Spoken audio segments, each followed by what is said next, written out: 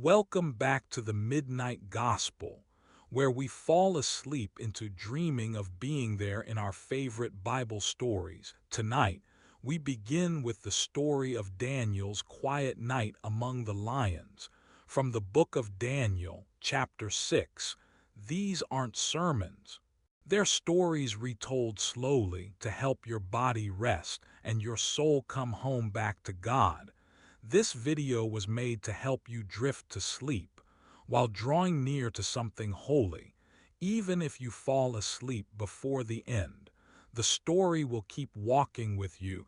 You don't have to listen closely. Just let it settle into your breath. And so, tonight, we walk softly into the hush of an ancient evening. The sky is deep and blue and emptying its light. The last hints of day are fading from the stones. Someone, maybe you, is folding a bit of old cloth in a quiet room. Daniel is somewhere close. You can feel that steady spirit. Always around this hour, Daniel prays. Not for show, not for anyone's approval. He just pauses, closes his weary eyes, breathes, and finds the small, slow place where God's peace lingers. You might hear the distant night sounds of a city with no lights, a dog's soft bark, a low voice humming on the other side of a thick stone wall. Inside, it's cooler, simpler, stone and straw, the steady smell of dust and what was once bread. Daniel kneels on the floor. He isn't worried, not even tonight. He just knows how to be still.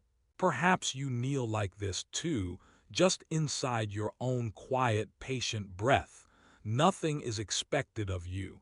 No performance. No pressure. No need to remember or recite anything.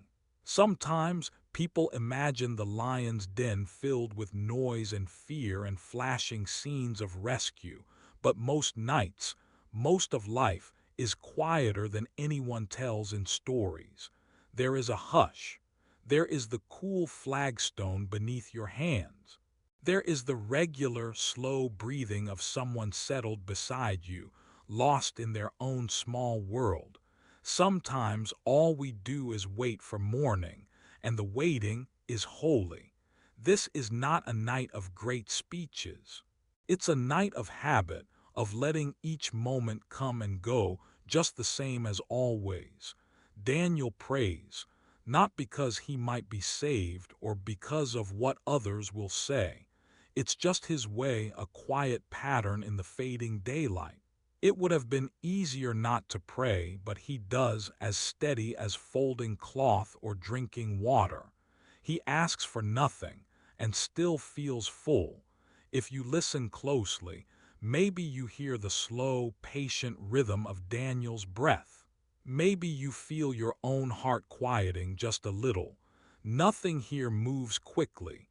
The hush settles into the cracks in the wall. Each breath just happens, again and again. Let this moment stretch and lengthen and soften any sharpness from your day. Let the story keep walking, whether you're listening or drifting.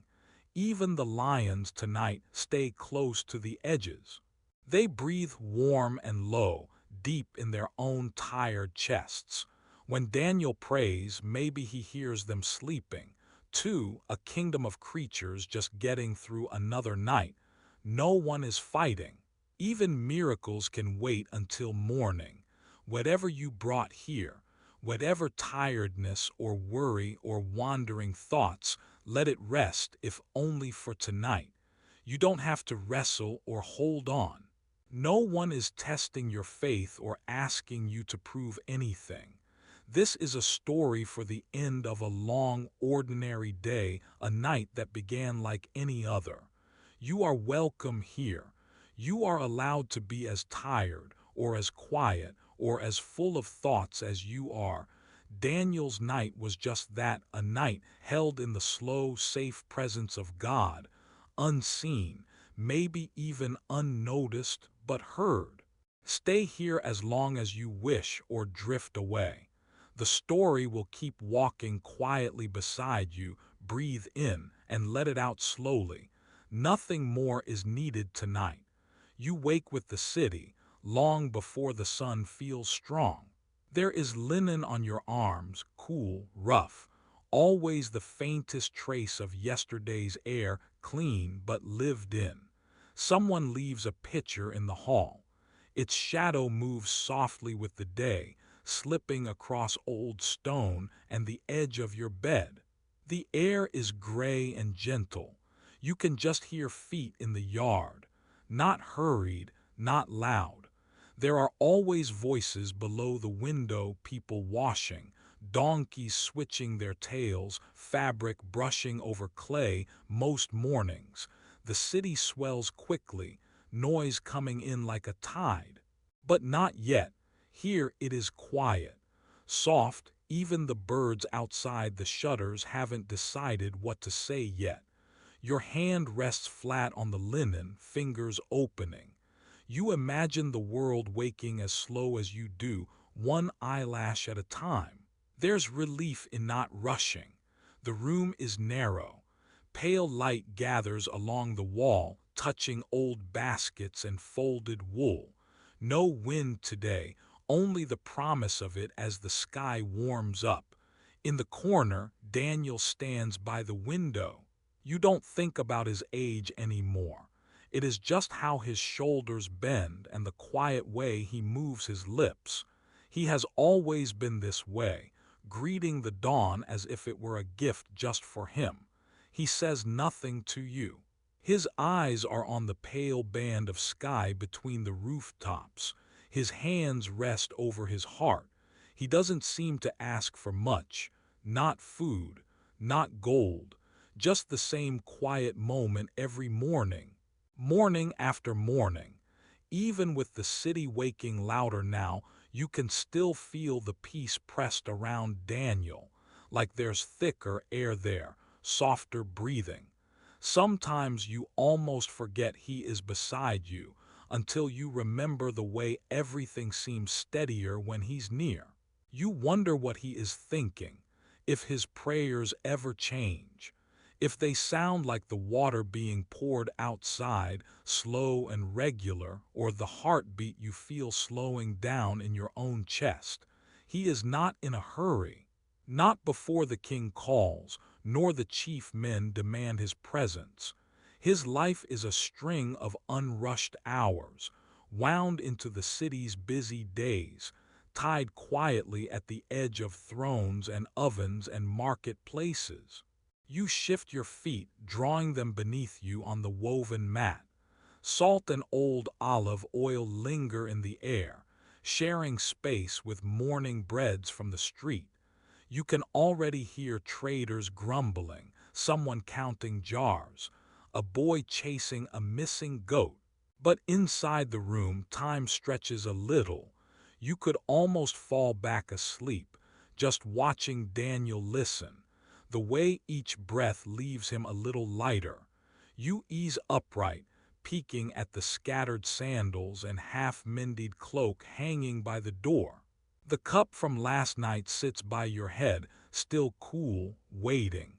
Most days you think about chores, how the sun will bake the inner courtyard, how the figs will shrivel on the wall if you forget to fetch them. Today you just breathe. Let this moment stretch. Even the silence right now is holy.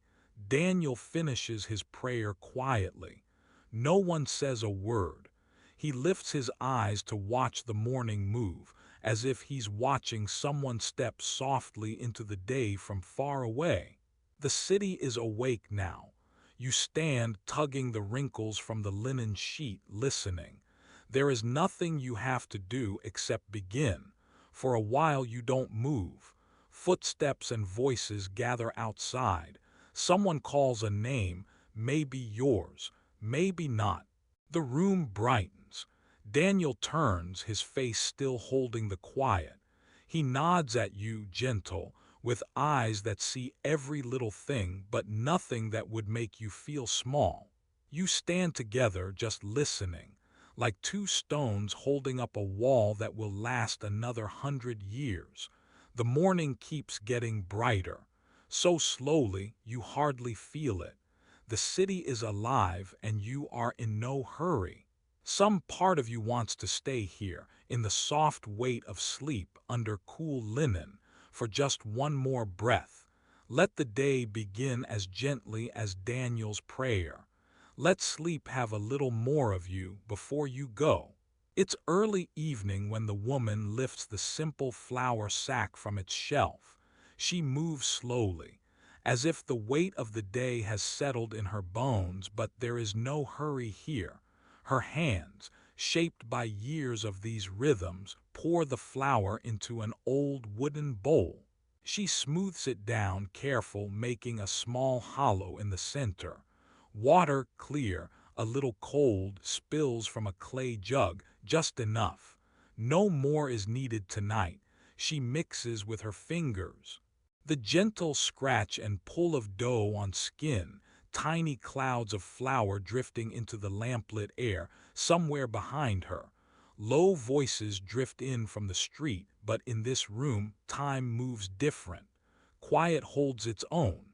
Nothing rushes, she kneads, folding the sticky mass over and over. It clings, then lets go, she sighs. That's how most evenings feel. Things cling to you all day and then let go quietly by this hour. You can hear the steady thump as dough meets clay. The table, ancient, older than her maybe, does not flinch. It has heard prayers spoken and kept silent in this same way. A little flour falls to the floor. She doesn't brush it away, not yet. She draws her fingers through the flour on the table, idly, as if remembering old words in a quieter language. The lamp flickers. There's not much to see, but plenty to watch. Let this moment stretch. She presses the bread into flat rounds. Each movement is slow, practiced, almost thoughtless. The pattern learned so long ago she cannot recall learning it.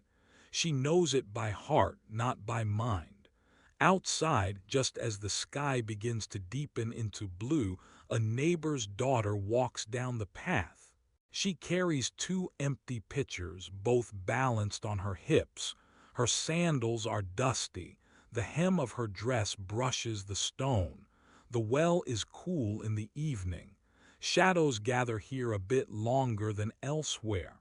The water is deep, colder the farther down it goes. She sets a pitcher down, listens for the small hollow sound as it hits the earth. Lowering the rope, she bends her ear to the opening. Nothing but the echo of her own movements, and somewhere, a chorus of frogs. She draws up the water slowly, hand over hand. The line bites just a little. She has done this 1,000 times, and each time it feels almost new. The water sloshes, then settles. She pours it gently, never losing a drop. Every act tonight is careful. Each gesture is its own kind of prayer. No one notices the prayer, but it is heard. Back at the table, the woman shapes the bread, now pillowy and soft, into small rounds. She lays them side by side on a cloth. The lamplight shapes their edges with gold, each one nearly identical, but not quite. Their sameness is only in the eyes. To her hands, each is a world unto itself. She waits for the oven's heat. The stones inside are warm from the afternoon. She listens, cracks and hisses, deep inside. She adds kindling, blows the ash. Each breath is easy, gentle. Let even this silence be holy. Soon the dough will bake until the smell fills the room. But for a while there is only waiting. Not impatience, just waiting. The kind that feels like rest. The neighbor's daughter returns, sets the pitchers on the doorstep. The sound of water inside them is muffled, sure, like sleep moving beneath a dream. She wipes her hands on her skirt, glances up at the stars just beginning to push through the dusk. They're not bright yet, but they're faithful. Inside, the woman tears a tiny piece of uncooked bread. letting it rest for a moment in her palm before tasting. She closes her eyes, not for blessing, just for quiet. This is the taste she knows, the taste of another ordinary night enough. The oven is ready. She slides the bread in, round after round. Their surfaces hiss, steam rising, tiny cracks forming. She sits by the oven, feeling the heat brush her knees, smelling the first gold cling to the crusts. Let the stillness do the work. She leans her head against the wall. The house is silent, except for the sound of crust forming, water shifting in the jars, the wind moving through rafters overhead. She doesn't mind the quiet, it's not lonely. It's soft, the kind that listens back. He asked for nothing and still felt full. When bread is finished, she lines each piece on a cloth. Each one cools in its own time. She fills a cup from the pitcher, water that just moments ago hung at the bottom of the well, clear and alive, with a whisper of stone and earth in every sip. The lamps grow low. The work is finished for now. Tonight's bread and water are enough. Not every evening brings a miracle you can see, but each one holds a kind of quiet, a slow heartbeat. There is peace in the rhythm. Knead, shape, draw water, wait, break bread. Drinka the night listens with you. Sand sticks to my feet, all the way under the straps of my sandals. There's a soft hush each time I walk, the kind you only hear if you are truly listening. Bare souls count the stones beneath them, one slow step after another. The dust lifts in small puffs, blending with the morning breath. Nobody hurries. Nobody has ever hurried here. On one side of the street, a young man sits folding a cloth. He glances up, nods. Our eyes meet just for a moment. Peace, he whispers. I do not answer, but I nod too. The word floats between us, weightless, from a shadowed doorway. The quiet clang of a jar finds my ear. Someone's filling pots for the day, fresh water drawn before the real heat arrives. Each jar touches down with a heavy click. I can hear it twice, echoing off the old bricks. Let these sounds stretch out, like slow waves on the shore further along. Merchants are untying cords, laying out round fruit and flatbread. Their voices pass softly over the market, never rising, just a thin thread of bartering, weaving through the warm air. Children run behind the clay walls, their giggles darting between shadows like birds. The slap of their feet, then quiet again. I pass a wooden stall. The man behind it is arranging figs. He does not smile, but he does not frown either. He reaches, he sets down, again and again. The same little sound, soft thud after soft thud, as figs are piled together. Wonderful how nothing changes here. Listen for the clinking, the shuffling, the quiet spaces between footsteps. Even this silence is holy. Someone else sweeps out their doorway, the broom brushing gently over dust. It's the same sound every morning, in and out, bristles whispering a pattern older than thought. No reason to hurry, the day is just beginning to lean into its warmth.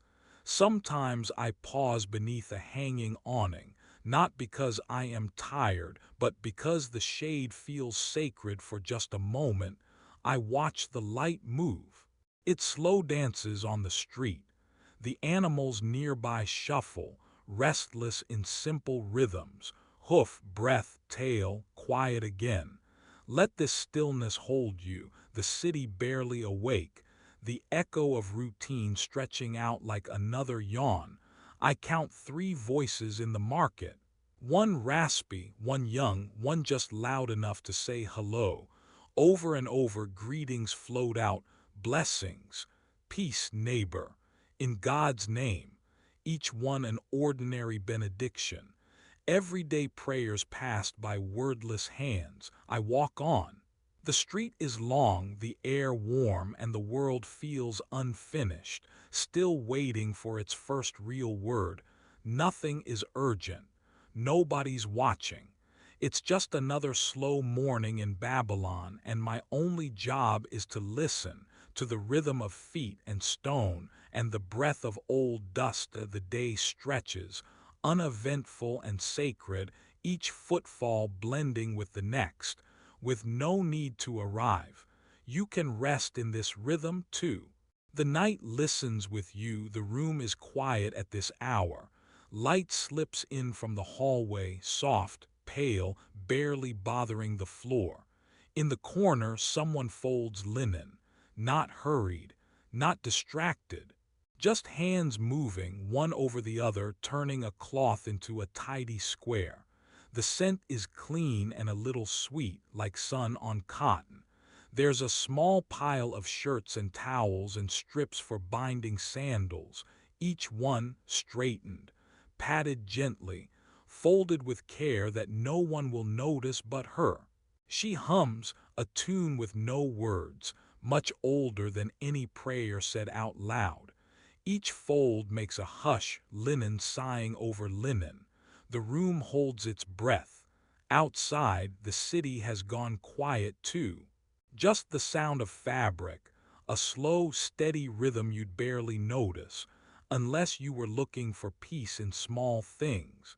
Sometimes Daniel watched his mother do this, just a boy, legs swinging off the bench, watching the way she took her time. There was something peaceful about her hands, no rush, no worry. Even if a storm had passed or the day was long, she folded each piece the same, one by one, soft over soft, her love in every wrinkle and crease she smoothed away. Let this moment stretch. He learned the rhythm of prayer from her, not by words but by watching, how she made space for quiet. Let the minutes rest between each shirt and robe. He saw God in these small, quiet choices, too. In neat stacks of folded fabric, a corner turned straight, the soft fix of a tear along the hem. Not big miracles, just small order in the chaos, calm tucked into ordinary life. The disciple held his own cloth now. His hands tried to move just like hers. He pressed the linen down, slow and careful. He thought about how God lingered in the quiet chores, an invisible nearness, never named, simply present. Even this silence is holy. Sometimes the folding felt like talking to God with no words, just the steady comfort of it. Sometimes all you need is order, something in its right place, and the world holding still for a minute. He asked for nothing and still felt full. Let every line of fabric be a prayer. Let the stillness do its work. The night listens with you. The quiet corners are not lonely, they are kept. In the simple act of folding, something sacred touches down. Even the smallest tasks matter here. No one noticed the prayer, but it was heard. Stone walls hold the day, slow and strong. The air is cool inside the court, away from the glare. Shadows move across the rocks, shifting shapes with the sun. No one pays them much mind. They just are. Always waiting, always there. I used to watch from the side. There is quiet in the places nobody looks. Sometimes I pressed my back to the cool stone, safe in the hush it offered. The world moved on beyond the edgy sandals scraping, gentle voices echoing, servants gathering water. Daniel would pass through, every so often. Not quickly, never in a rush, even when his name traveled ahead of him. He did not seem to belong to noise. People understood he was a trusted man, perhaps even special, but nobody saw him ask for attention. He slowed the air around him like walking through deeper water. His robe hardly stirred. Often he would pause in the farthest corner where the light was thin. There was nothing to see. Nothing big happened here. Daniel would rest his hand on the stone wall, fingers spread, as if blessing the silence. Or maybe the stones were blessing him back. Sometimes I wondered if he prayed there in the margin, so quietly that heaven leaned close to hear. Men nearby talked business or hurried past hunting errands. Daniel just watched. He let the day pass through him. He was like a doorway that no one noticed. Even the small kindnesses went unseen, a gentle nod, a smile kept inside, an almost whisper if you were close enough to listen. Out here on the boundary, the stones cooled as the sun slipped. They remembered all the footsteps, all the breath of days before. Nothing was wasted. Even now, I think the best prayers sit between words in this absence, held by walls. He asked for nothing and still felt full. No one noticed the prayer, but it was heard. Let yourself settle with the old stones. Let the quiet find you like a hand on your shoulder. The night listens with you. There is peace in the shadows of walls. There is beauty in being forgotten by everything except God. The afternoon surrendered quietly to the long, hushed evening. There was no sound but the padded footstep of one man crossing the shadowed stone. The air was heavy with stillness, long and gentle. Nothing hurried, nothing asked for more time. He found his place along the wall, knees up, back held by rough rock pressed faintly warm from the fading sun. The world outside grew softer, light moving slow as prayer across the chamber floor. In the far corner another sat, older perhaps, or just worn by the same day, hands folded, face turned toward the quiet. Between them a small cloth lay open, a cluster of figs, deep purple, dull where the skin bruised. They'd come from far away, carried in the fold of a sleeve or the grip of a calloused palm. No one saw the journey. Now they simply rested, waiting. He took one fig, holding it for a moment, thumb tracing the crease where the fruit's skin tethered to the stem. He met the other's gaze. No words, only patience shared. One fig passed hand to hand, the old man's fingers brushing the young man's for half a second, nothing more. No one had asked for this small meal. Hunger wasn't spoken, but it was answered. A breath, the smell of earth and sweetness rising in the air.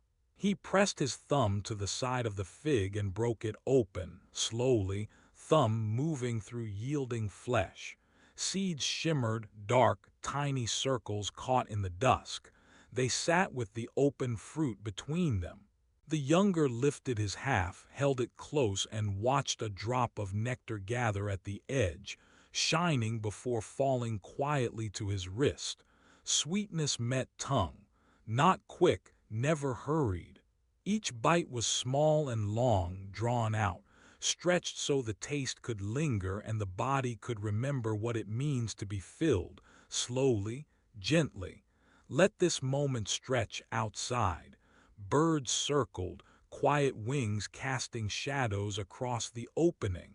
A single call far overhead faded back into hush. Another slow minute drifted by without pressing. Another fig. This time the older broke it, sharing the halves openly, palm up. Each piece given, not demanded. There was enough, though it looked little, a secret only hunger would understand. They chewed slowly. Texture soft, skin against teeth, seeds caught in small ridges.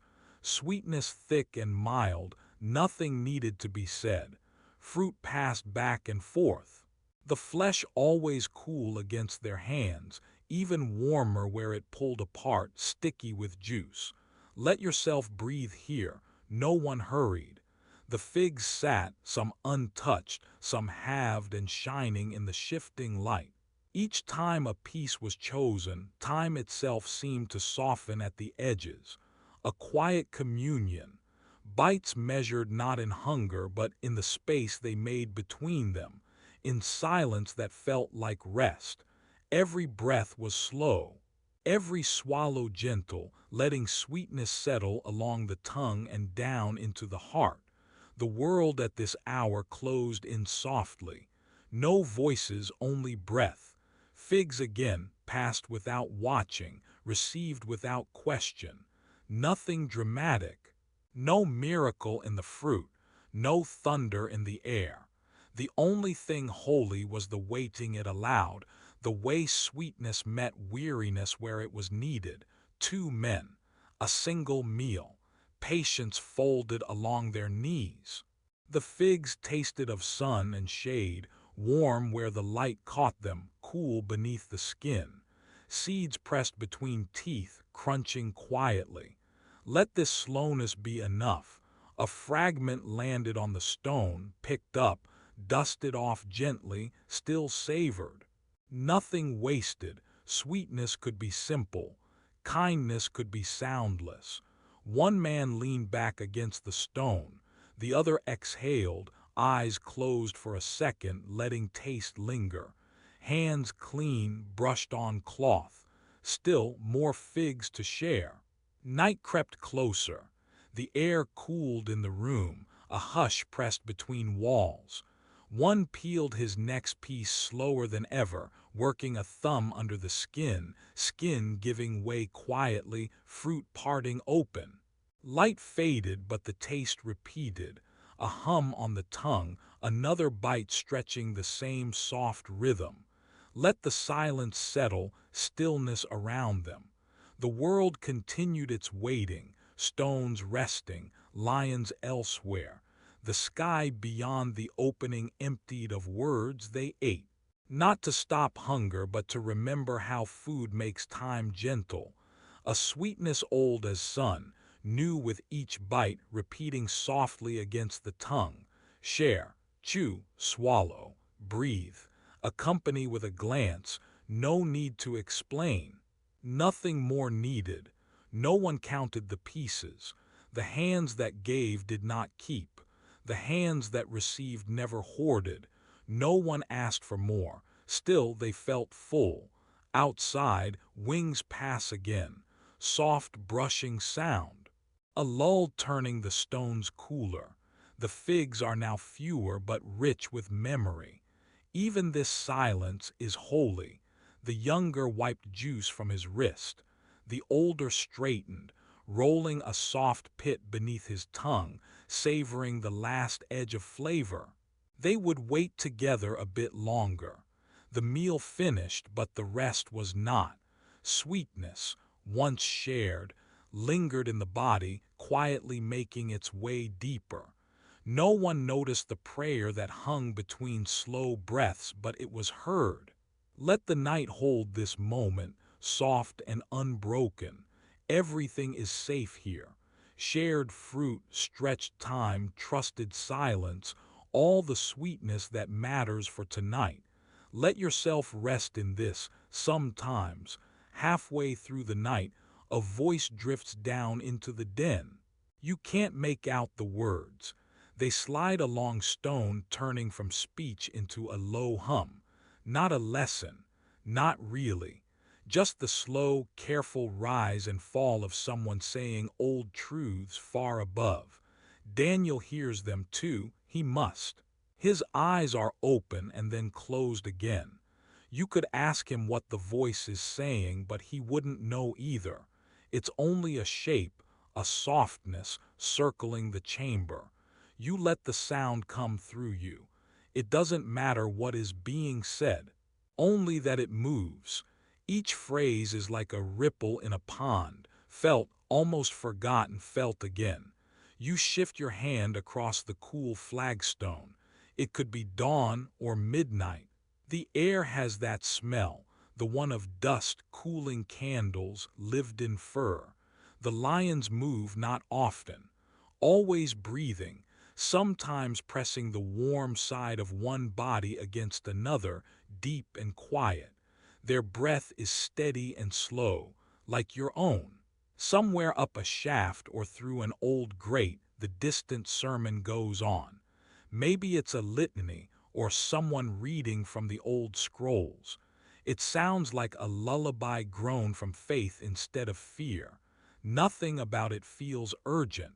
Nothing calls you to action. You listen, but only to the rhythm, not the meaning.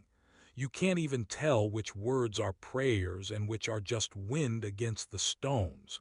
Sometimes you catch the name of God, sometimes not even that. A pang of memory of another room, soft mats, the clink of cups on a table, mixes with the faraway melody. You don't move. There is nothing to chase. The story unfolds without you noticing. Daniel's outline beside you, dull in the hush, breathes in when the words pass. He doesn't flinch or frown or try to hold them. They come as gently as air and leave just as quiet. If your eyes are open, the chamber ceiling is just a shape. If you close them, it might be a field at dusk, or the quiet back room of any old house.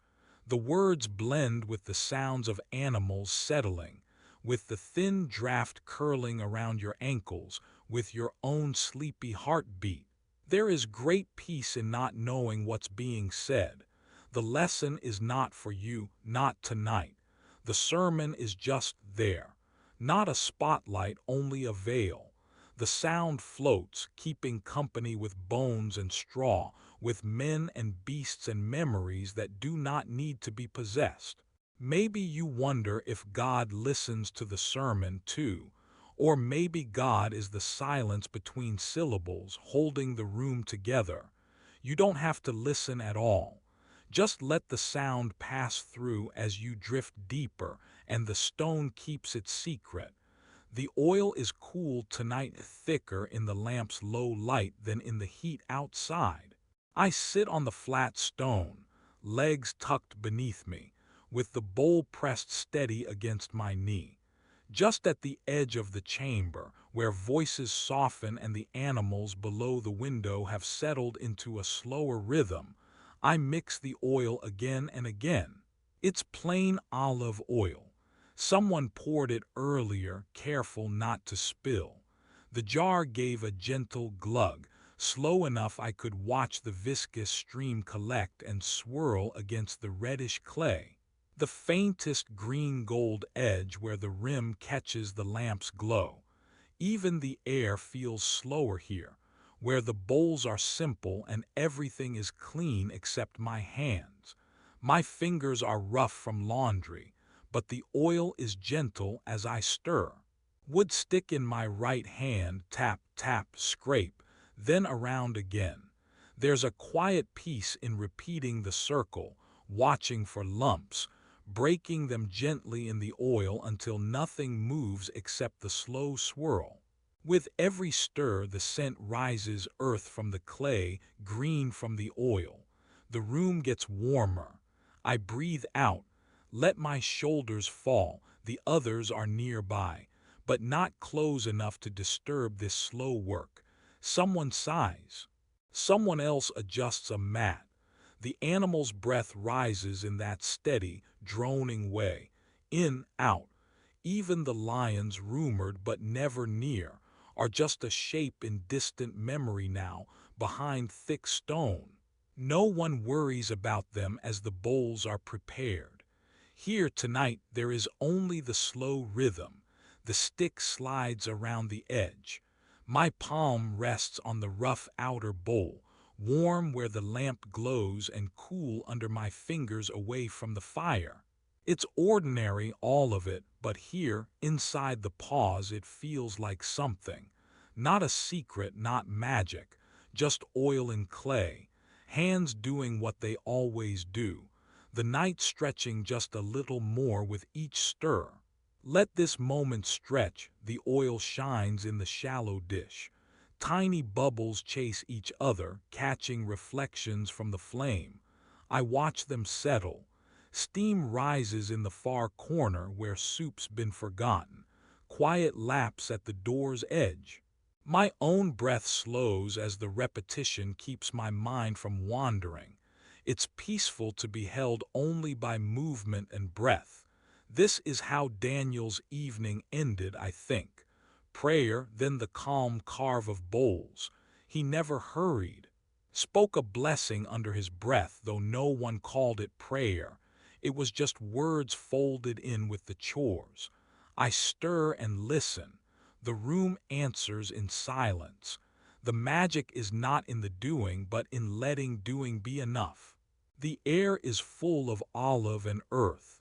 Something faint from the baskets hanging overhead. Maybe thyme, maybe last week's figs. I don't mind. Every scent is mild, as if the day is already tucking in to sleep. Someone else coughs. The stick bumps the bowl's side. That simple sound fills the space. No one waits for a miracle. No one expects the night to change. Even this silence is holy. The lamp flickers, its light slipping like honey over the walls. I lean closer, watching how oil finds its own level again each time I stop. Patience. If I rush, I'll spill. If I breathe with the bowl, there's time enough. The quiet isn't empty. It's blistered with the sighs of cloth settling, the low talk of people finishing tasks out of sight. I keep stirring. My thumb presses into the bowl, a little pulse, a reminder that I am still here, still needed in a small, ordinary way. The oil grows a little warmer by my hands, but never hot. Just the weight of the clay, the softness of the liquid. If I close my eyes, I can see the slow circle in my mind, a gentle orbit that has no hurry to finish. I could keep this going as long as the night wants to last. The night listens with you when I open my eyes again. The lamp is lower, its scent sweet and sharp. The bowl in my lap is bright against the gathering shadows. I look at my hands, shiny now, the lines of my skin deepened by the oil. Sometimes in the quietest moments I feel like I'm folding a prayer into the bowl itself. Not aloud, not for anyone. Just a hope that tomorrow's oil will be as smooth, as simple, as calm as tonight's. Let this moment stretch. Somewhere a foot scrapes against stone. Someone breathes beside me, slower now, curled under a shawl. The oil is ready. There's no signal for when to stop stirring except the gentle hunch in my shoulders that says enough. I set the stick beside the bowl, let my hands rest in my lap. The air smells faintly sweeter, as if the oil has found its way into every corner. I sit for another moment, listening to the hush. The room is softer than it was at dusk, everyone quieter, even the animals content. I have nothing left to do but wait for sleep, for the gentle drape of the dark over the lamps, for the soft chorus of slow, even breathing. Nothing happened tonight, bowls mixed, oil stirred, lamps lit, but I do not feel empty. Sometimes the holiest thing is letting plain work be enough. Boring, patient, full. He asked for nothing and still felt full. Let this night unfold. The court edges are wider than you'd think. I take my place along the cold wall, almost out of sight. It's an easy habit, finding corners, where you can stay quiet without being asked for your opinion. At this edge, nothing rushes. The morning starts with shutters creaking, someone nearby folding a cloth over bread. The quartz marble is cool through my sandals, sharp against the heel. I hear robes brushing the smooth floor, such careful, weightless movements. Low voices thread through the air, barely lifted above silence. Lines of officials pass, their faces soft and unreadable at this distance. From here, I notice everything. The shifting of feet as a scribe waits his turn, the gentle clink of a jug as it's set down. Someone drops a date pit and leaves it there. Maybe it will be swept up, maybe it won't. No one seems to mind. Time slides by without anything important happening. That is the way most days go. Daniel is a figure in the middle distance. Sometimes his outline flickers between the pillars, just the angle of his shoulders straight, but his step always the same pace. Never hurried. When he moves, it is like water choosing the easiest way forward. You only know he's there by the hush that follows as he passes. He asks for nothing, and still he seems full. Sometimes he looks up. I can't tell if he's praying or simply noticing the same things I do. How sunlight collects in a yellow line on the tile. How a servant lifts a basin and spills just a drop. The whispers wash back and forth. Sometimes they drift all the way to this quiet corner. Words about the king or a troubling dream or nothing at all. Mostly, it's the sound of people wishing to be heard. I let it float by. You learn at the edge to listen for the important silence underneath the noise. There's no urgency here. A man fusses with his sandals, tying and retying the cord. Someone hums, absent-minded, folding and unfolding a napkin. The hours carry on, patient, untroubled by who notices them. Even Daniel, when he lifts his head, seems to understand this slowness is not wasted. Let this moment stretch. Let the quiet come all the way to you. Sun warms the edge of my robe. The world continues in small details. A fly pausing on a fig, the shadow of a bird moving quick across the stones, the faintest trace of incense, almost gone. Daniel moves again, just a shape now, soft at the edges. I stay at the edge, unnoticed. It's easy to breathe here. It's easy to wait without wanting anything more. No one notices the prayer, but it is heard. Even this silence is holy. The night listens with you, the court is quiet, the hour is slow. My place is certain for now. I wait, I watch, I rest my head carefully against the wall. The noises turn round and round, then fade. Stillness stays, gentle as sleep. The stone lanes outside the market had cooled by the afternoon. I always stepped where the shadows ran longer than the sun. The day was never loud here, just quiet footfalls, some soft talk, the dry shuffle of dust. Inside, the stalls start to hum the same old song, each in their corner, each with their own small world. I watched a woman set her herbs out, each bundle tucked just so. Nothing spilled or scattered. Mint, sage, bay lined up to comfort whoever stopped by. She wiped her hands on a faded cloth, waited, shifted a pot by half an inch, waited again. No urgency, no calling across the way. The market vendors moved like people who trusted the day wouldn't run out. Most of us didn't say much. You could watch the way a man drew his finger through the dust, over and over, drawing lines that washed away with the next breeze. In the corner, clay jars brooded with their soft, earthen colors, blue and gray, touch of ochre. Someone lined them up again, even though they were already straight. That was the rhythm here. Straighten, adjust, breathe, rest. The repetition does something gentle. It slows your heart, or maybe lets it find its pace again. Sometimes Daniel came through the market, though no one gathered around him. He was just a man with a soft face. He would nod, maybe trade a few coins for grain, or greet the olive seller whose son he'd blessed once, and then move on, silent as a prayer that's already been spoken. Daniel never took more than needed, never hurried. He asked for nothing and still felt full. Let these moments loop, like a hand smoothing a tablecloth, corners over and over until the cloth is quiet.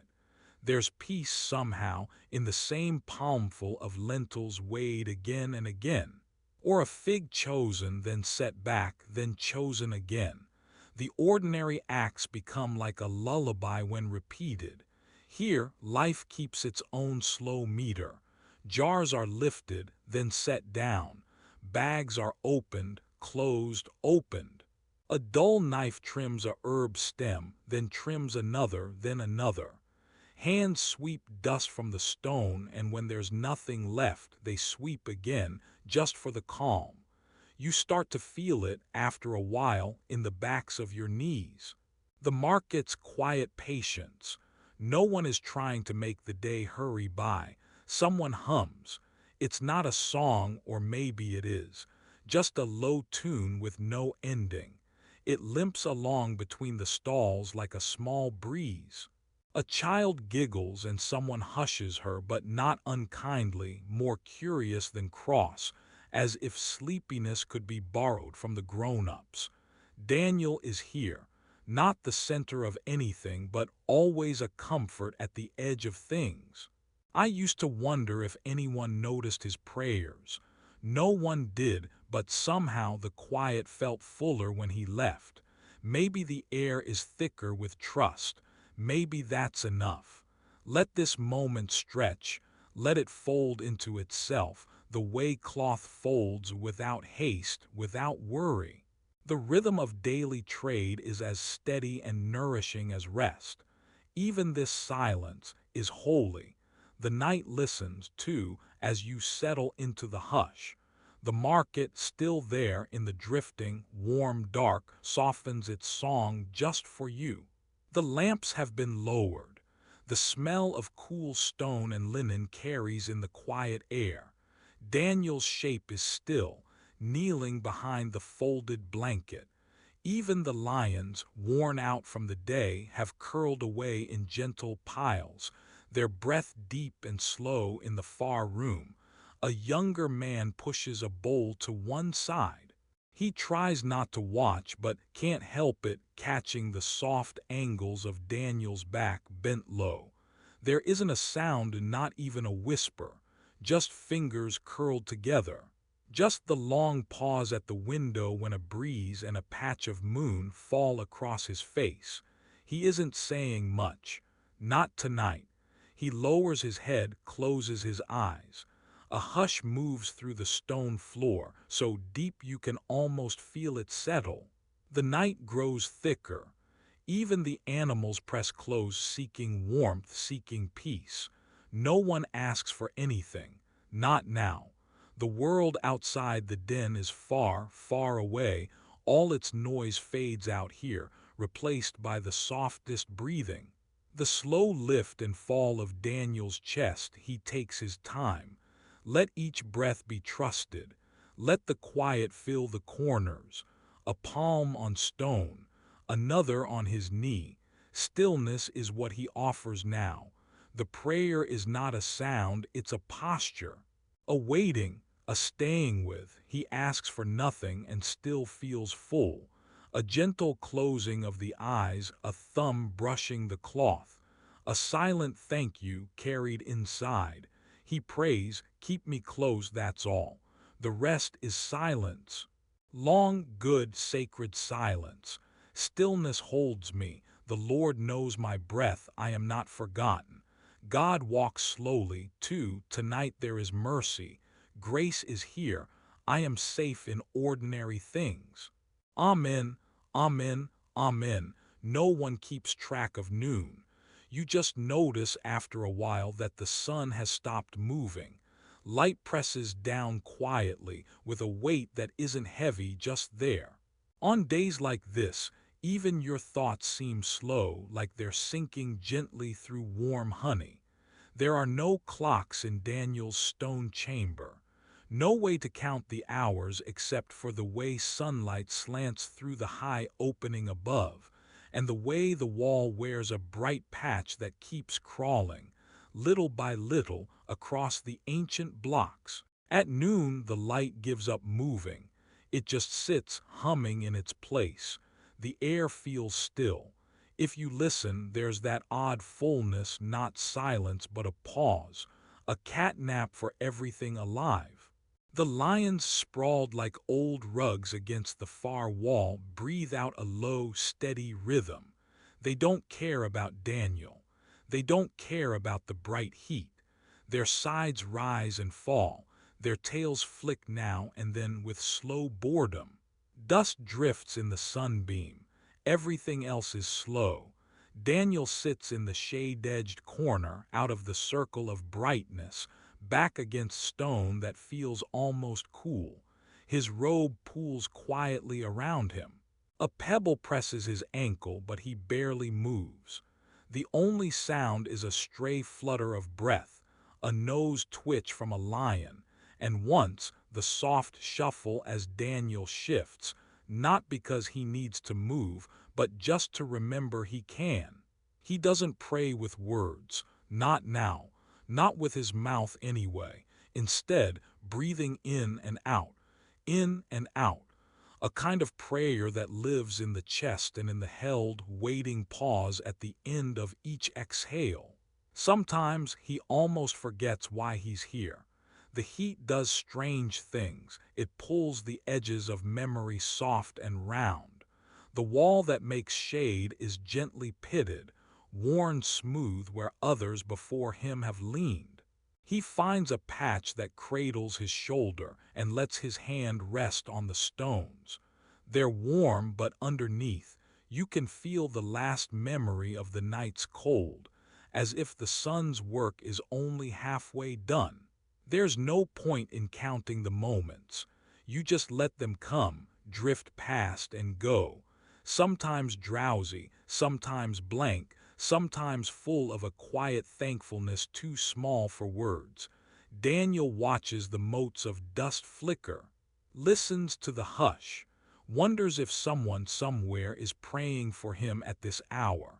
Hopes so, then lets that thought float away like a dried leaf caught in warm air. One lion stretches out, an enormous, bored yawn, teeth shining for a split second in the heavy gold, then settles back, unmoved.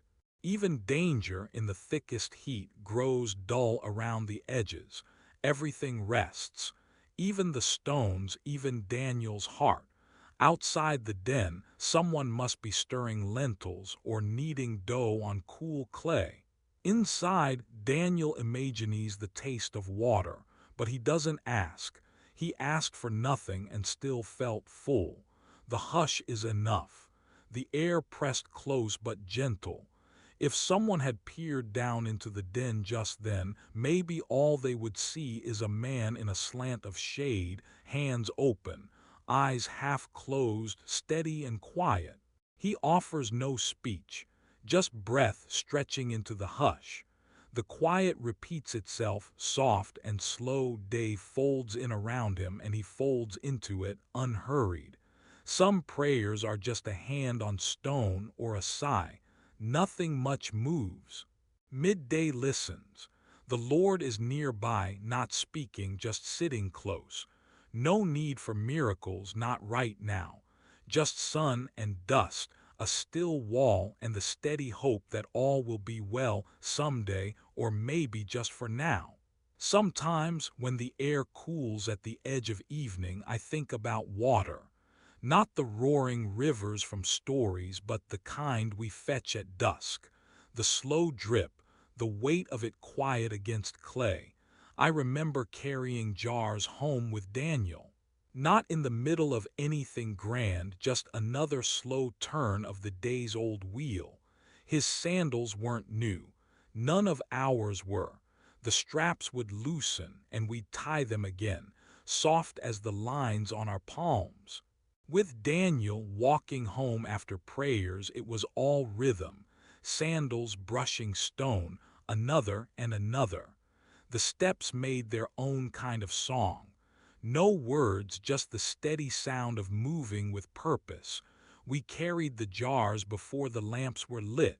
The sun slipped gentler, making shadows stretch along the wall. The ground stayed warm from the day. I would watch Daniel lift the jar slow. His arm never hurried, his breath easy. Not strong but steady, like listening for a quiet voice just behind your shoulder.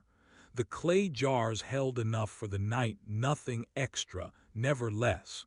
Water sloshed softly inside, thick and sure, cool slipping against the rim with every small sway. I listened for that sound, focusing on it, even above the scrape of our shoes. Sometimes I let my breath follow the movement, slow in, slow out, matching the gentle tide inside the jar.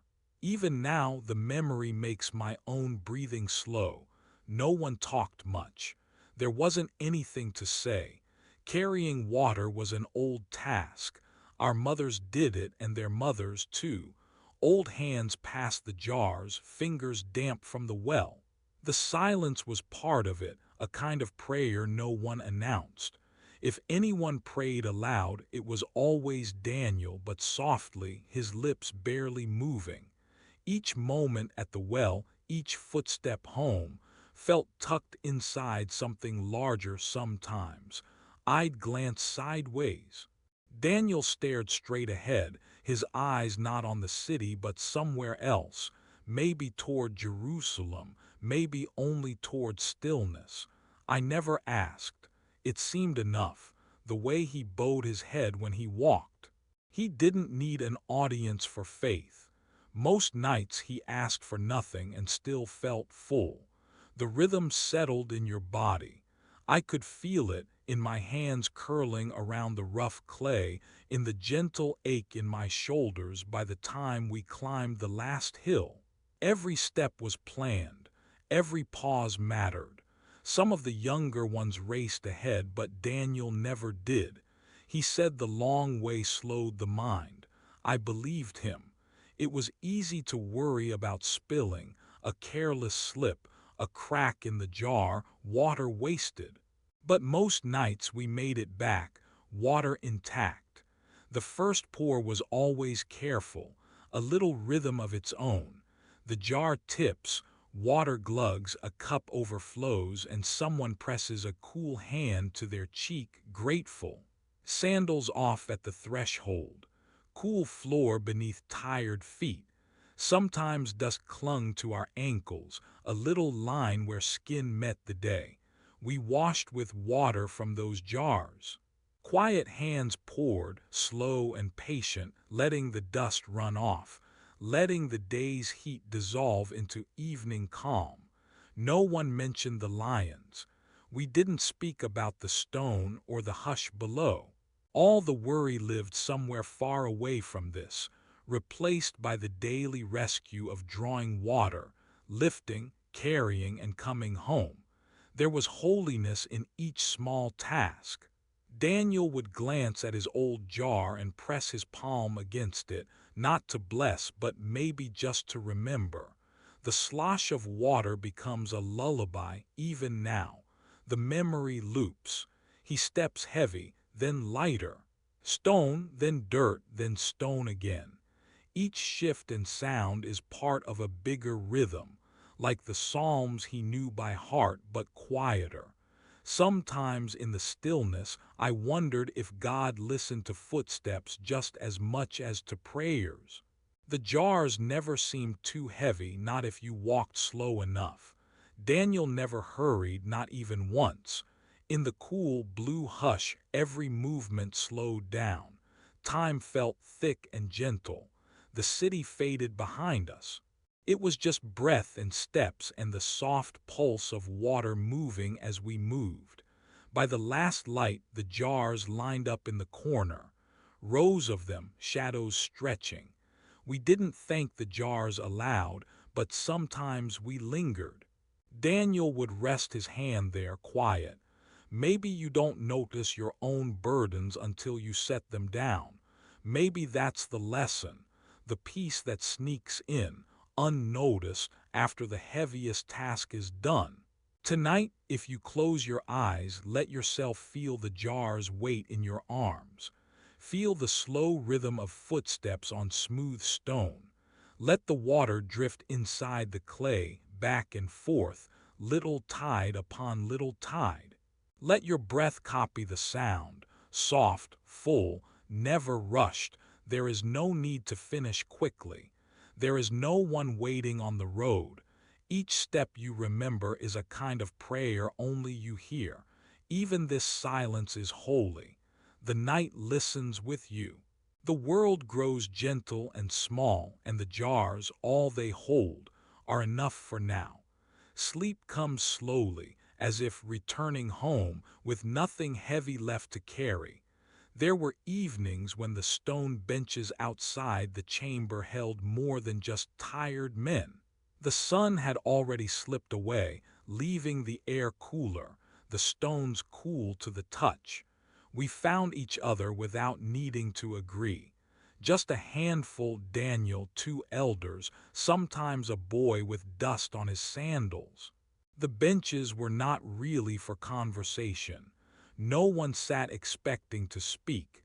No one asked questions. Sometimes someone nodded or shifted his cloak, but mostly, silence gathered around us, slow and gentle. It was not awkward.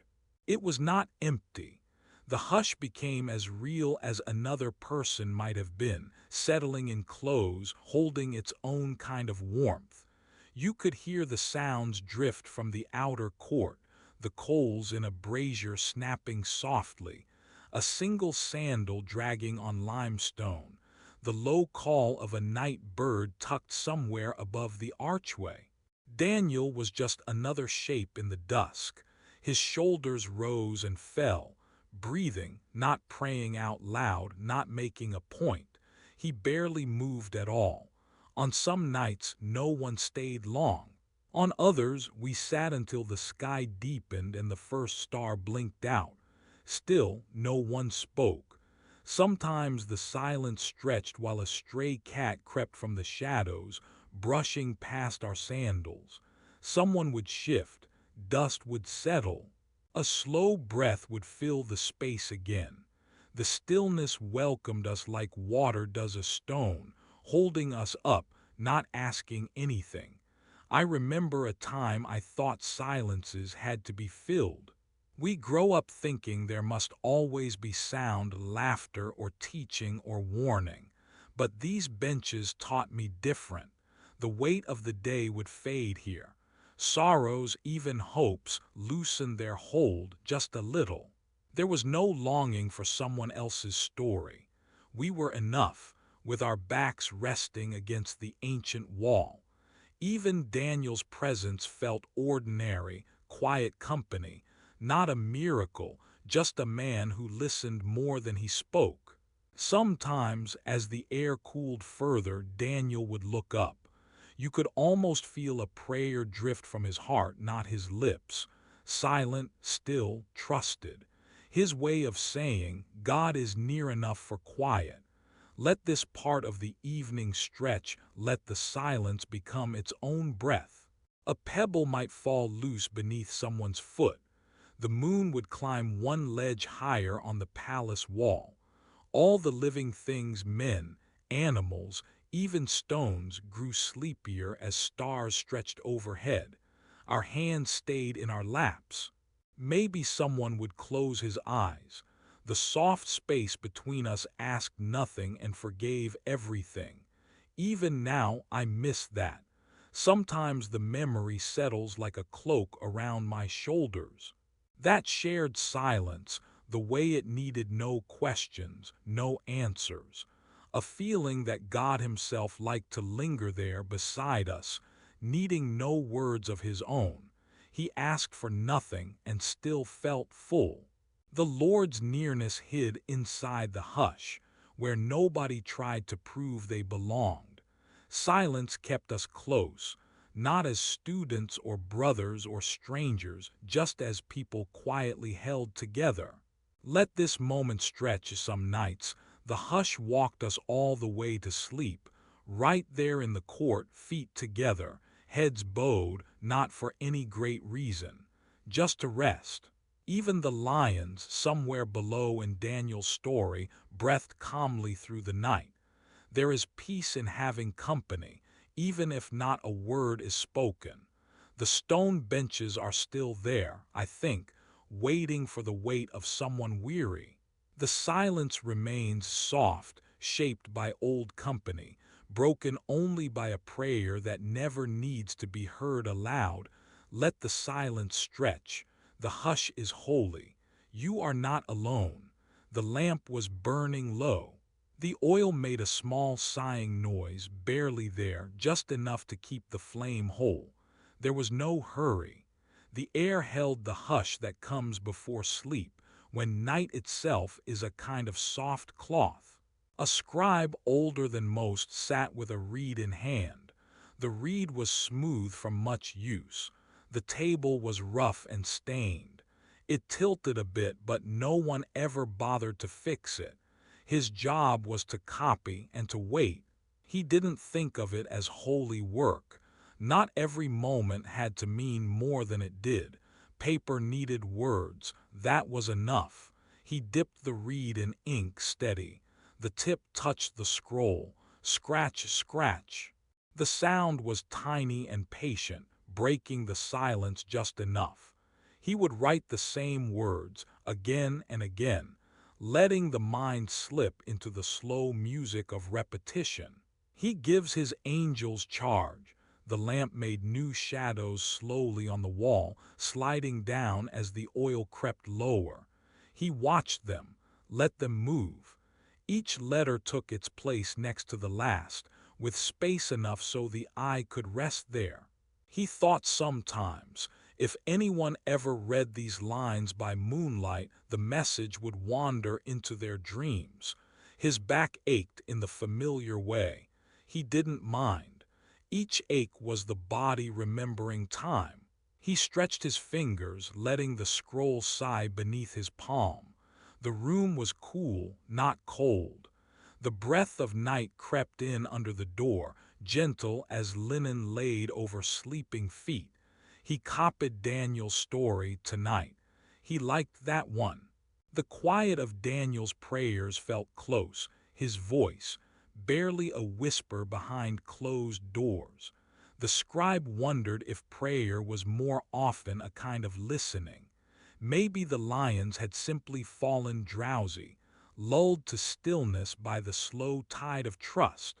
He wrote down the words again, letting the lines settle in, calm as water poured from jug to cup to bowl. He would pause sometimes, just to listen to the lamp stutter bravely on its wick. There was peace in finishing a sentence, peace in waiting for the next. Outside, another scribe might cough, or a dog would turn in its sleep, nails ticking on the stone. Everything was slow. He liked the sameness. He liked the sameness most of all. God's nearness was not a thunder or a sign, but the quiet sound of his own breathing, in and out. He started the verse over. He gives his angels charge, the ink set, letter by letter, word beside word. If he made a mistake, he just moved forward, one mark, then another. There was a secret faith in the practice, in trusting the story to remain true even if the hand was tired. Maybe one day this scroll would be folded into a pack for a journey, maybe read aloud by someone he would never meet. The words would stay soft. They would reach ears falling into sleep just as he was now. Sacred repetition, the lullaby of a story held close by night's gentle hands. The shadows bent with the lamp's last effort. He breathed in slow. He let the night come all the way in and kept writing because the rhythm was safe. Nothing to fear here with the steady scratch and the patient glow. No one noticed him copy the verses, but somewhere quietly each word was kept. Let this moment stretch. Even this silence is holy. The night listens with you. The fields outside the city are wide, flat. and nothing stirs louder than the wind at dusk. I walk slowly at the edge, sandals brushing the long stems. The last sun feels gentle, stretching out between the shadows. The whole world leans into quiet, each thing a little softer than it was at noon. Across the field, narrow rows of barley lean together, rising and bowing with each small breath of air. There is a warm smell, dust, dry grain, the memory of last week's rain. Here, close to the earth, you can hear small clicks. Crickets, seeds, wings settling. Even the animals farther off speak only in low sounds. A tired goat, a guard dog, perhaps a bird folding its wings for the night. Everywhere the light is changing. It slips behind the smallest hills first, lingering in the dips where old riverbeds rest. Shadows begin as thin lines, spilled slowly across the furrows, then fatten, then merge. My hand, open in my lap, becomes just a shape. My feet learn the stones by remembering, not by seeing. The wind changes as the sun disappears. It moves lower, brushing the ankles, gentle and searching. Wherever the ground is bare, powdery dust lifts and hangs, swirling with a sound so soft you only notice it when you stop walking. I pause for a moment, letting the dust climb my calves, feeling it cool and gritty. Nothing moves quickly here. Not the wind, not the light, not me. Even my thoughts slip past in slow patterns, matching the hush that settles on the rows. I think of nothing large, no worries from today, no doubts for tomorrow. I let my hands rest. I let my shoulders release. God feels very close, not because of a sign, but because the world is emptying its noise right into the quiet He left for us. A neighbor's boy, unseen, turns home past the field. I can hear the soft thud of his heel over dry clods. He doesn't speak to anyone. He only whistles, a sound as small as the dawn, and then even that is gone. We are near but separate, each at the edge of something tender. Now colors sink lower. Wheat goes gray, not gold. Barley softens from green to something shadowed. I look up and the sky is a long, low bowl, blue leaking to black. There are so many stars, but none are fierce yet. Only patient, blinking slowly into view, as if to see if anyone will notice their arrival. I let the air into my chest. It is cooler now, with a taste of stone and water quiet somewhere distant. Breathing is easier. Sometimes the ache of tiredness pushes me to kneel and just stay, low in the dirt, holding nothing but this piece of evening. No one is waiting for me. There is no task unfinished that cannot wait for dawn. Somewhere on the far side of the fields, a woman calls her flock home. Her voice falls like pebbles into the silence, scattershot and soft. The sheep ignore her for a breath, then shuffle toward her in a slow half-circle. The dust swirls higher behind them, catching what's left of the day's gold. Then she and her animals disappear around a bend, slipping into ordinary dark. I close my eyes and the wind finds my face. It smells of wild onions, cracked wheat, dry grass. I remember washing the dirt from my hands this morning, a simple act that seemed holy now. But tonight the earth itself seems to wash me, with chill and with hush, inviting me to fade with it. Long after the sun is gone, warmth lingers in the soil. I sit for a while, both palms pressed down against rough ground. I feel stones, bits of broken root, the cool body of the earth waiting for its share of sleep. Crops creak and settle. The world goes on breathing, and so do I. Once I thought the night would feel frightening, out here alone, so near to things I could not see or know. But tonight it's different. Tonight it holds me like a soft blanket, thin but enough. There is nothing to be done except be here. Even if I counted my worries, I would lose track before I finished. They scatter like the dust. Somewhere overhead, a swallow's wing beats once, twice, and then the sound is lost high in the blue. Maybe it finds a silent perch.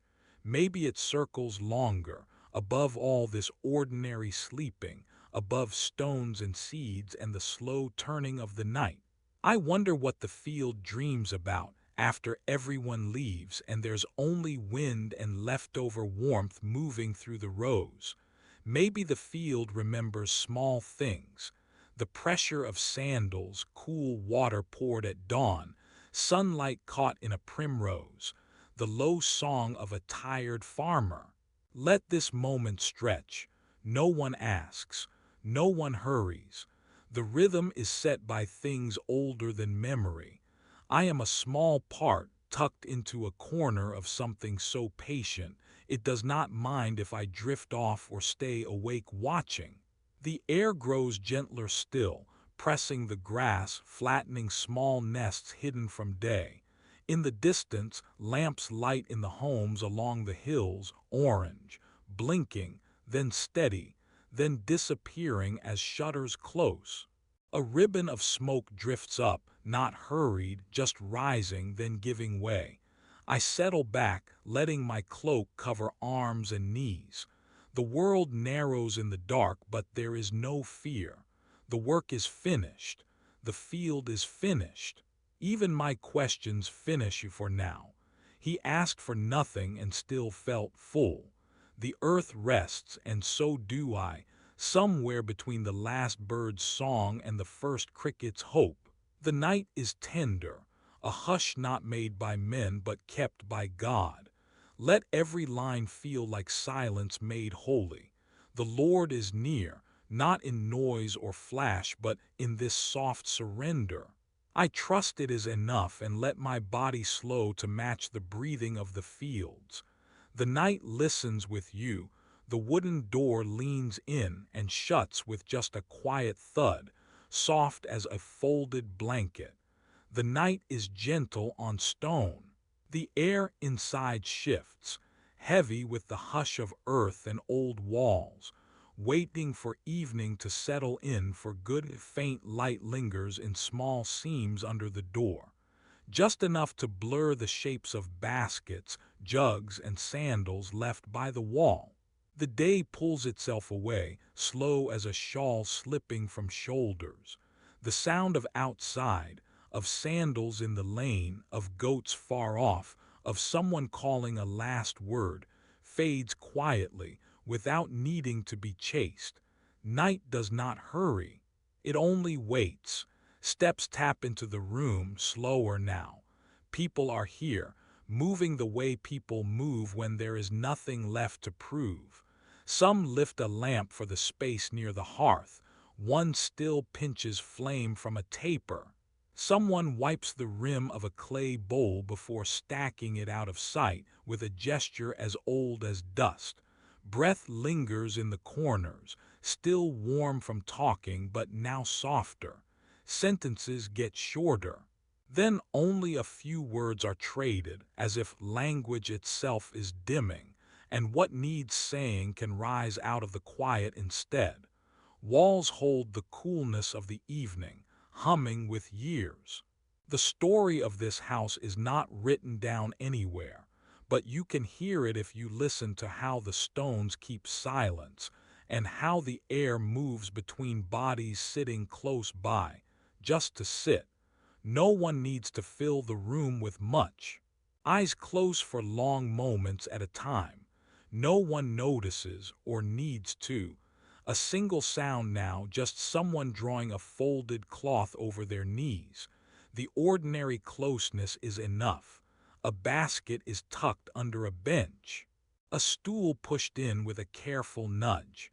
People gather themselves, finding their place on the hard floor or against the wall where the moon, the same pale moon, shows through the smallest bit of window. Sometimes The wind sighs into a crack in the stone, and everything breathes with it.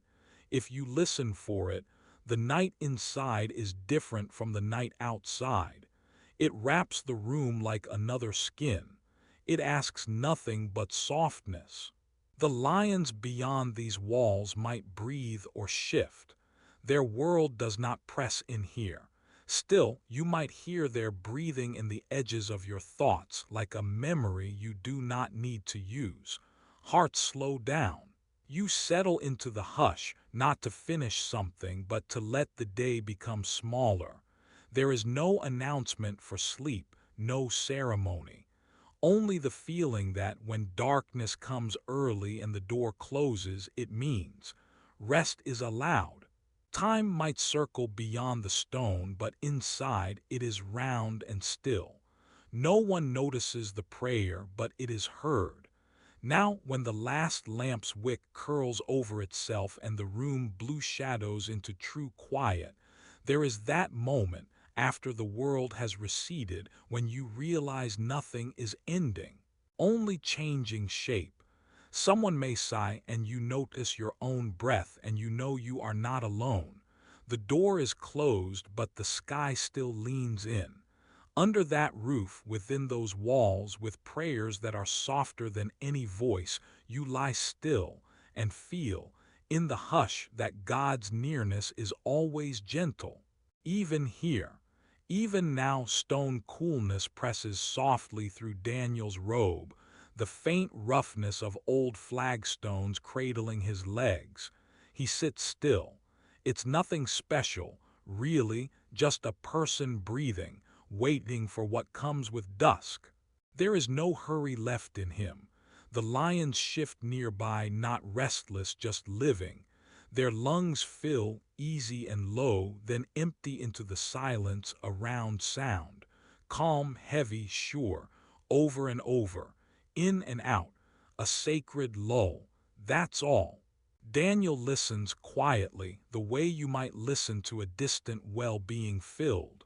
The den is neither bright nor black, only dim. Shadows tuck into the corners, folded up for the night. The air is dry. Every nose, every animal, every person here is breathing. Pause if you want to. Let your chest rise a little, then fall. The others do not mind. Breath in, breath out. Again. There is nothing clever in it, just life, repeating itself quietly. A tail brushes the stone's slow rhythm, not a threat. The lions do not pace tonight. Their sides balloon with each inhale, then empty soft. It's contagious.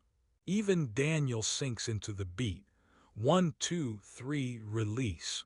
The world is made from repeating patterns, he thinks. Dust and breath, pause and hearts. A single drip echoes from along the far wall. Daniel finds comfort in things that do not change, the sound of water, the sound of an animal sleeping nearby. Silence continues, not broken but deepening, folding everything inside itself like old cloth. He does not need to speak. God can hear breath, not just words. That hope settles him, rounds out his back. He closes his eyes. The dark feels gentle and wide now, not empty. His hands rest, open. He listens, lions breathing, stone breathing, his own chest lifting so slowly under the hush. There is no story to tell about this night. No one is frightened. No one is bold. No one asks, will we survive? The breath fills the space. The silence feels alive, warm at the edges. In and out again. That is enough. Inside the hush, Daniel does what he's always done. He waits, prays inside breath, not beside it, drops every worry into the slow tide of inhale and exhale. Even the small animals tucked nearby make soft, whiffling sounds.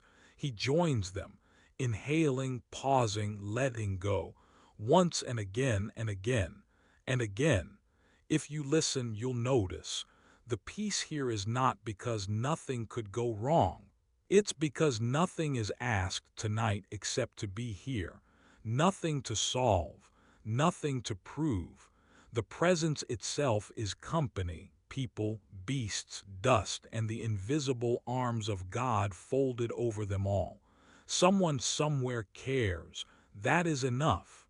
Daniel eases deeper into the coolness and the rhythm. He offers his heart in the only way he knows, one slow breath at a time. Sometimes the walls are just walls, thick, cool, unmoving. You can hear your own breath bouncing back, slow, gentle, regular.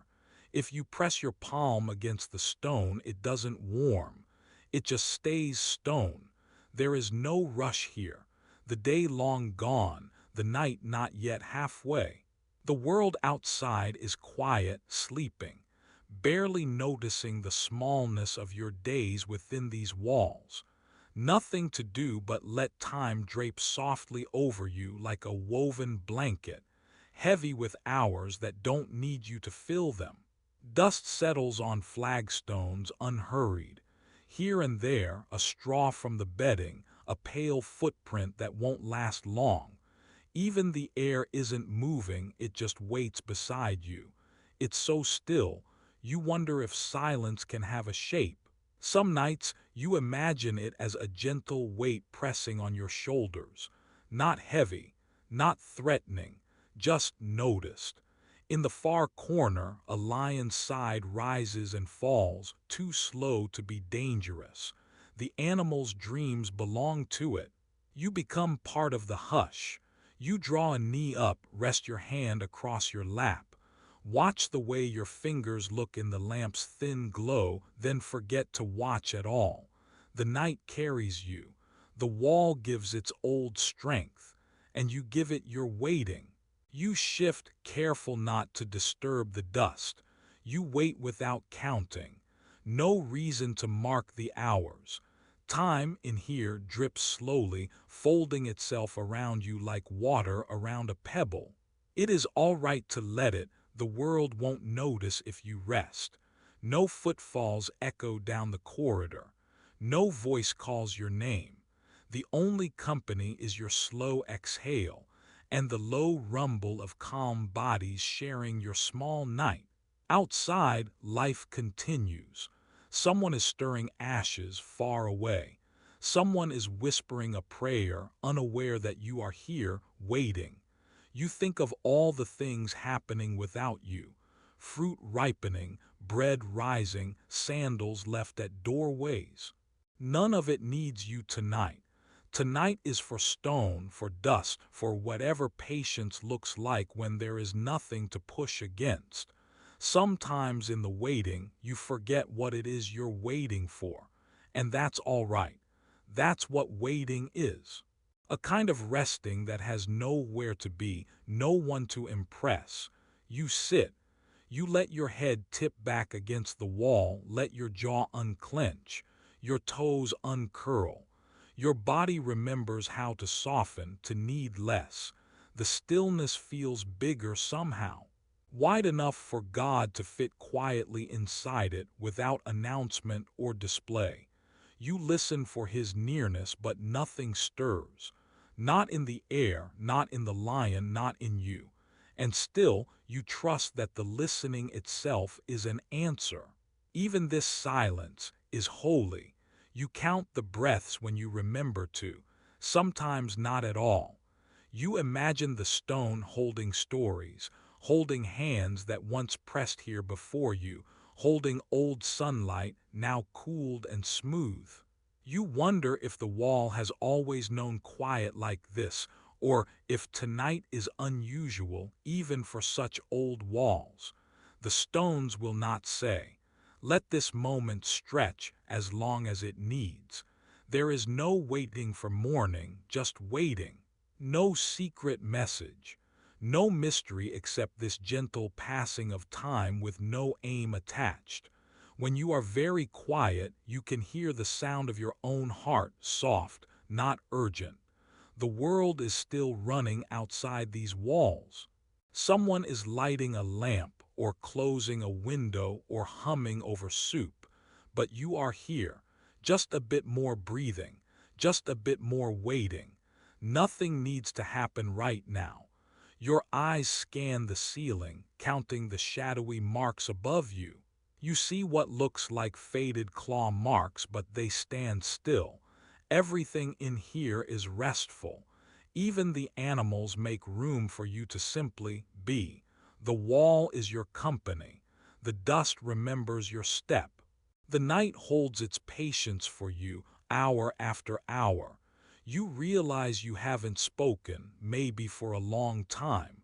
There is a kind of kindness in being able to say nothing, no demand, no performance, just the ordinary company of walls and beasts and breath and God. He asked for nothing and still felt full.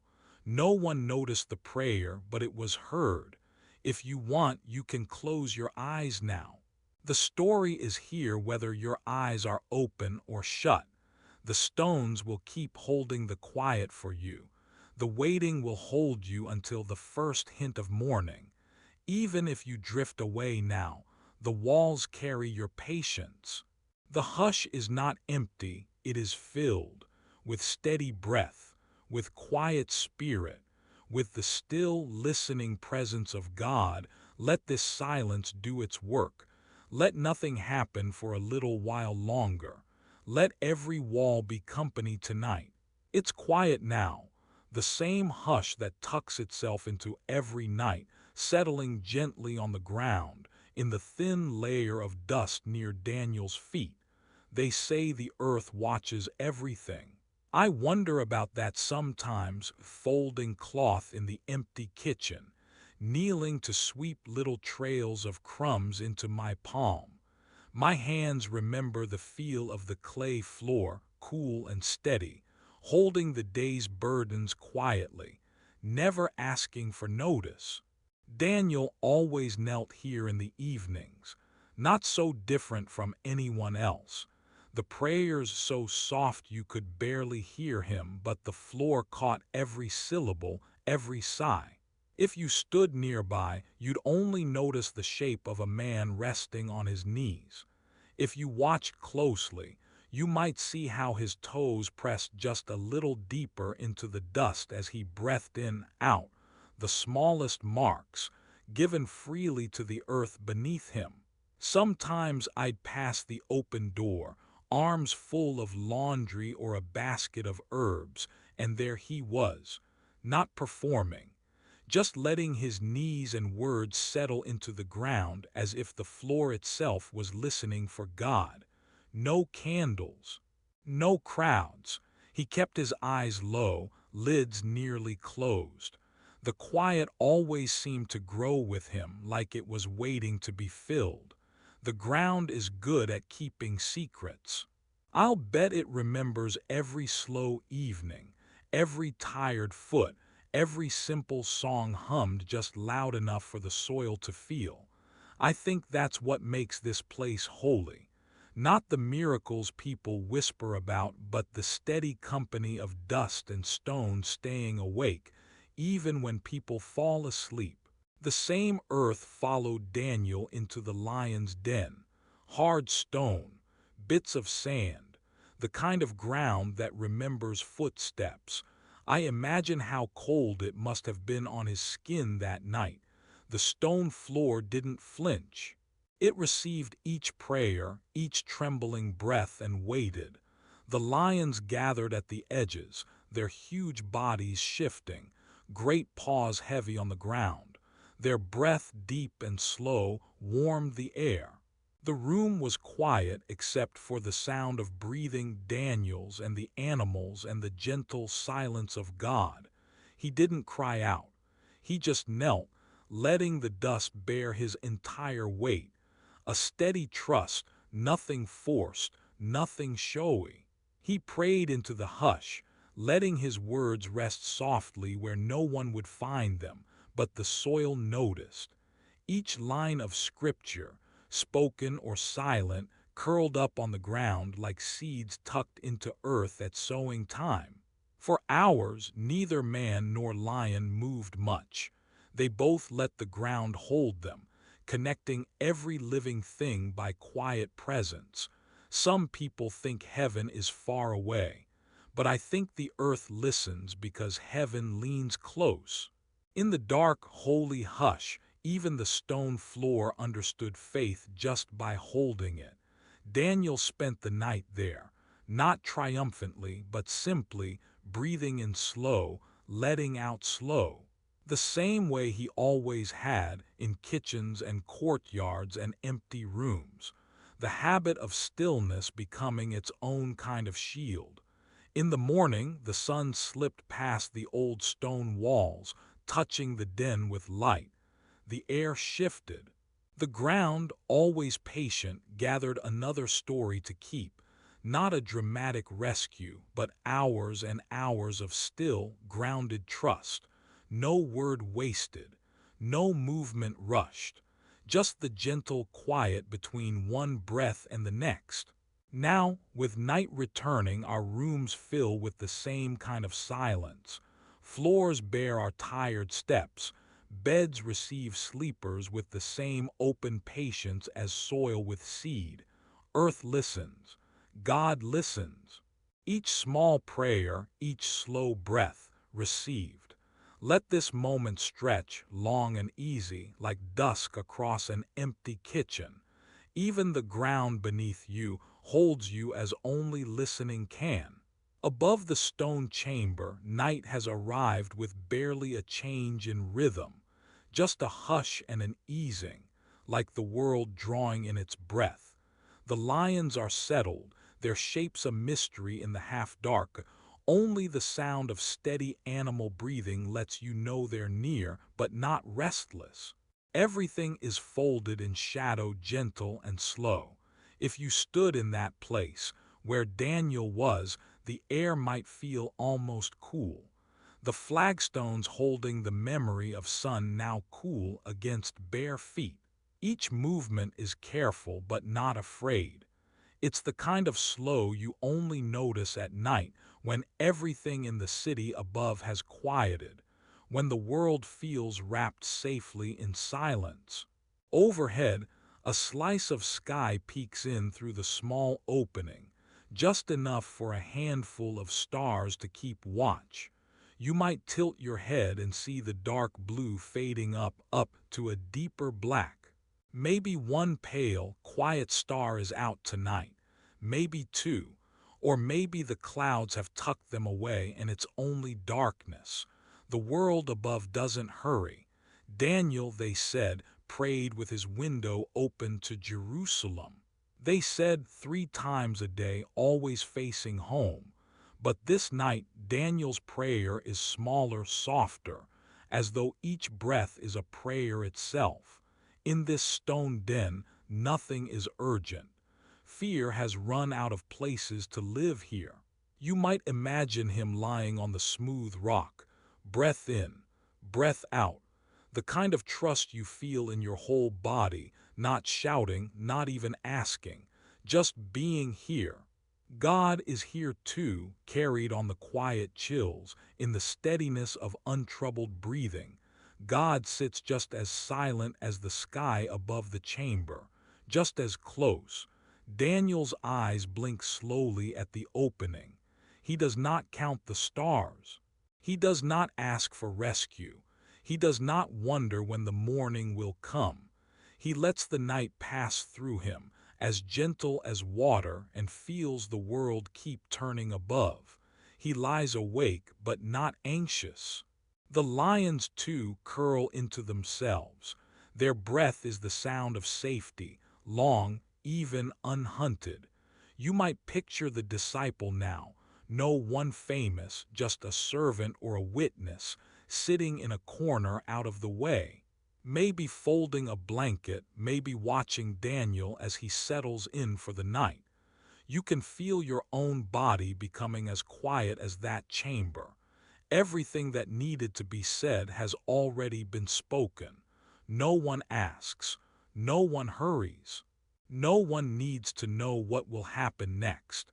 Somewhere far above, The stars carry on in their courses.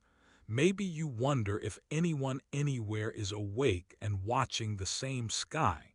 Trust is like that, a silent companion keeping watch when nothing changes.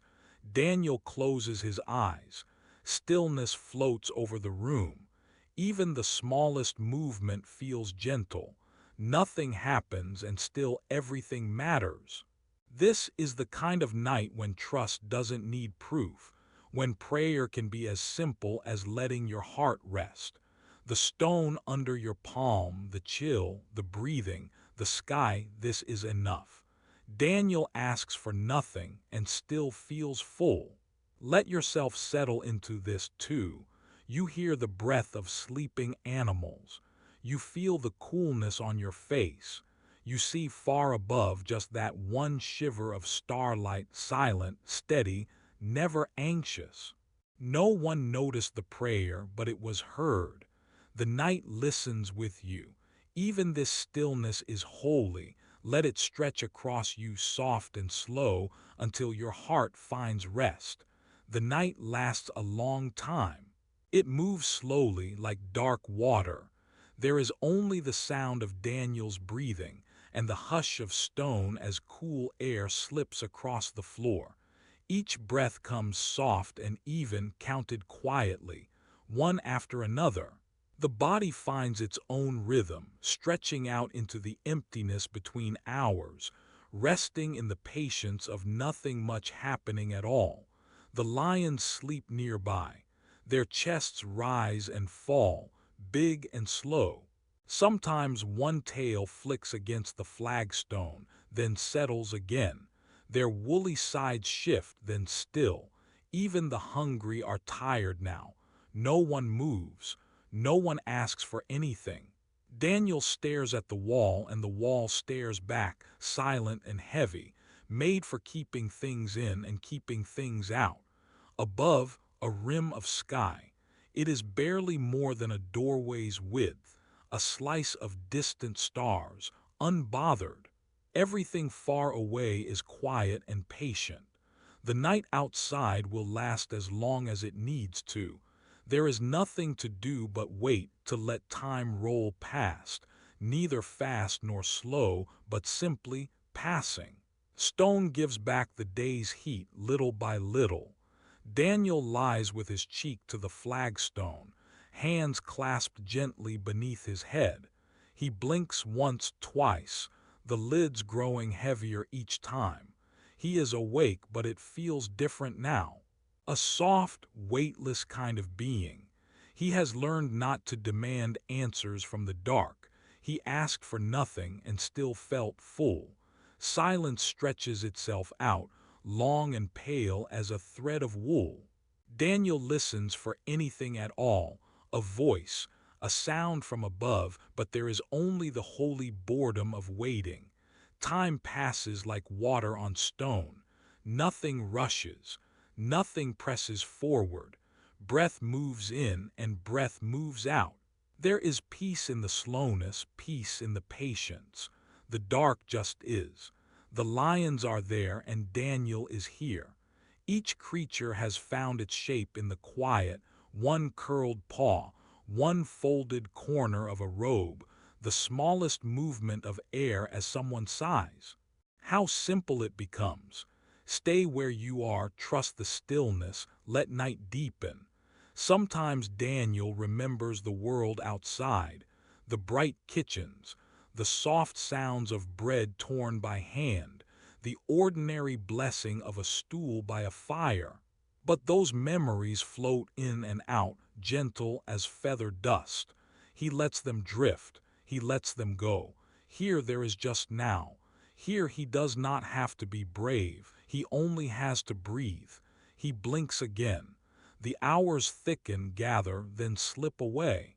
It might be midnight, or it might be closer to dawn.